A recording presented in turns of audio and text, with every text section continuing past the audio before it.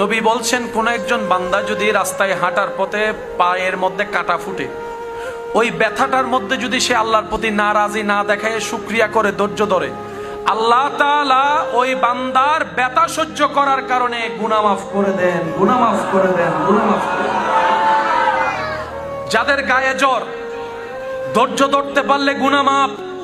অর্থনৈতিক কষ্ট, অপবাদের কষ্ট, অপমানের কষ্ট, জুলুমের কষ্ট, খারাপ ব্যবহারের কষ্ট, বিভিন্ন ধরনের যন্ত্রণাদায়ক কষ্টের মধ্যে যারা আল্লাহর প্রতি নারাজি না দেখিয়ে ধৈর্য ধরে, আল্লাহর হুকুমের অপেক্ষা করে, আল্লাহ তাআলা একদিকে তাদের গুনাহ মাফ করে দেন, অন্যদিকে আল্লাহ তাআলা তাদের জন্য জান্নাতে ঘর বানায় দেন। বলেন সুবহানাল্লাহ।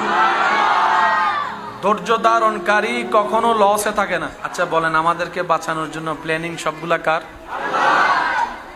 গুনাহ মাফের জন্য তওবা আছে, এরপরও আমরা কোন রকম আল্লাহকে রাজি করাতে পারি নাই, আমাদের মাফ হয় নাই। তওবা করার পর, অর্থাৎ আমাদের তওবার লেভেলটা সেখানে যায় না যেখানে আল্লাহ পছন্দ করে মাফ করবে, তাহলে আমরা জাহান্নামী। এরপরও আল্লাহ চায় তুই জান্নাতে যা। এবার আল্লাহ তাআলার হিকমতটা দেখেন, একটু খেয়াল করবেন।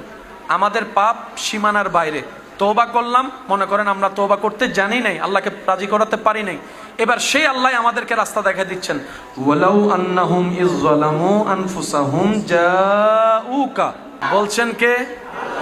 কাদেরকে?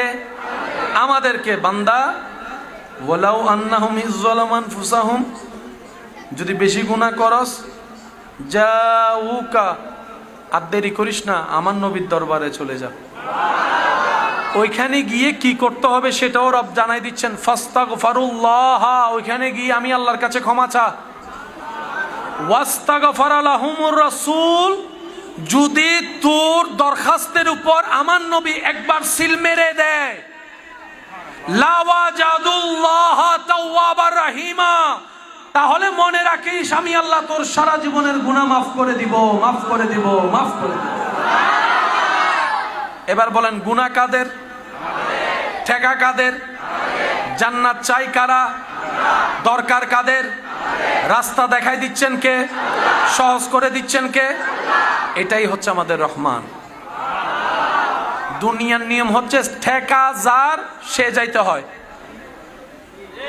রব বান্দার প্রতি এমন দয়াবান, বান্দার মাপ চাওয়া দরকার, কিন্তু আল্লাহ মাপ নিজে থেকে করার জন্য প্রস্তুত। রব বলে যে মন থেকে তওবা কর, মাফ করে দিব। যদি আমাকে রাজি করাতে নাও পারিস, তাহলে একটা কাজ কর, আমি যাকে পছন্দ করি, আমি যাকে হাবিব বানিয়েছি, আমি যাকে রাহমাতুল লিল আলামিন বানিয়েছি, আমি যাকে ইন্না আতাইনা কাল কাউসার দান করেছি, আমি যাকে ওয়ালা সাউফা ইউতিকা রাব্বুকা ফাতারদার শান দান করেছি, আমি যাকে মুবাশশির বানিয়েছি, নজির বানিয়েছি, আমি যাকে ইয়াসিন বানিয়েছি, তাহা বানিয়েছি, ইয়া আইয়ুহাল মুযাম্মিল বলে রেখেছি, ইয়া আইয়ুহাল মুদ্দাসসির বলে রেখেছি, যাকে আমি আল্লাহ মেরাজের দুলা বানিয়েছি, ইমামুল আম্বিয়া বানিয়েছি, ওই নবীর কাছে গিয়ে একবার আমার কাছে মাপ চান। কয়টা অপশন? আল্লাহু আকবার। এই দুইটা সুযোগ যদি কেউ নিতে নাও পারে, রব তারপরও চাই সে জান্নাতে যাক। সুযোগ দেওয়ার পরে যদি আমরা ব্যবহার করতে না পারি, এরপরও রব চায় আমাদের পাটা জান্নাতে হাঁটুক, আমাদের হাতে জান্নাতের ফল থাকুক, আমাদের চোখে জান্নাতের সৌন্দর্য দেখুক। রব বলে যে আমি তো জান্নাত বানিয়েছি তোদের জন্য, তোরা দেখবে, তোরা দেখবি, তোরা খাবি, সেজন্য তো আমি আল্লাহ জান্নাতে নিয়ামত দিয়ে সাজিয়ে দিয়েছি। সুবহানাল্লাহ। এরপরও আমরা গুনাহ মাফ নিতে পারি। এবার বান্দা বলে যে আল্লাহ এখন কি করব, তুমি সুযোগ দিছো আমি নিতে জানি নাই। রব বলে লা তাকনাতু মির রাহমাতিল্লাহ, তোর রহমান আছে তো, মন ছোট করিস না, তোর রহিম আছে তো, মন খারাপ করিস না। আল্লাহ কি করব, আমলও তো তেমন করি নাই, গুনাহ অনেক বেশি আছে। রব বলে যে একটা কাজ কর, কোন রকম এই একটা কাজই কর। আল্লাহ কি করব, বলে যে কোন রকম ঈমানটা নিয়ে হাসরে আয়। प्यार से कहो सुबहान अल्लाह, और जोर से कहो ना यार सुबहान अल्लाह। রব বলে কোন রকম ঈমানটা নিয়ে আয়, হাসরেরটা আমি আসি, তুই টেনশন করিস না। এবার বান্দা, সেই বান্দা ঈমানটা নিয়ে কোন রকম কবরের পরীক্ষায় পাশ করে আমলের পরীক্ষায় চলে গেল হাসরে। ফেরেশতারা দাড়ি পাল্লা দিয়ে যখন দেখলো গুনার পাল্লা বেশি, সওয়াবের পাল্লা কম, এখন বান্দা বলে যে আল্লাহ তুমি না বলছো তোমার রহমত থেকে নিরাশ না হতে, আমি কিন্তু এখনো আশাবাদী আমি জান্নাতে যাব, আমি এখনো আশাবাদী আমি জান্নাতে যাব। ফেরেশতা বলে এত গুনাহ থাকার পরও তুই জান্নাতে যাওয়ার স্বপ্ন কেমনে দেখোস? তখন সে বান্দা উত্তর দেয়, আমি যখন আমার দিকে দেখি তখন আমি জাহান্নামটাই দেখি, কিন্তু আমি যখন আমার রবের রহমতের দিকে দেখি তখন আমার কাছে জান্নাতটাই দেখা যায়। সুবহানাল্লাহ। আমি আমার কর্মর দিকে দেখলে আমি জানি জান্নাত পাওয়া আমার পক্ষে সম্ভব নয়, কিন্তু আমি যখন আমার ইন্নাল্লাহ আলা কুল্লি শাইইন কাদিরের দিকে দেখি তখন বলি যে জান্নাত পাওয়া তো কোনো ব্যাপারই না। আমার রবের প্রতি আমার বিশ্বাস আছে, আমার রবের রহমতের প্রতি আমার আশা আছে, আমার ভরসা আছে।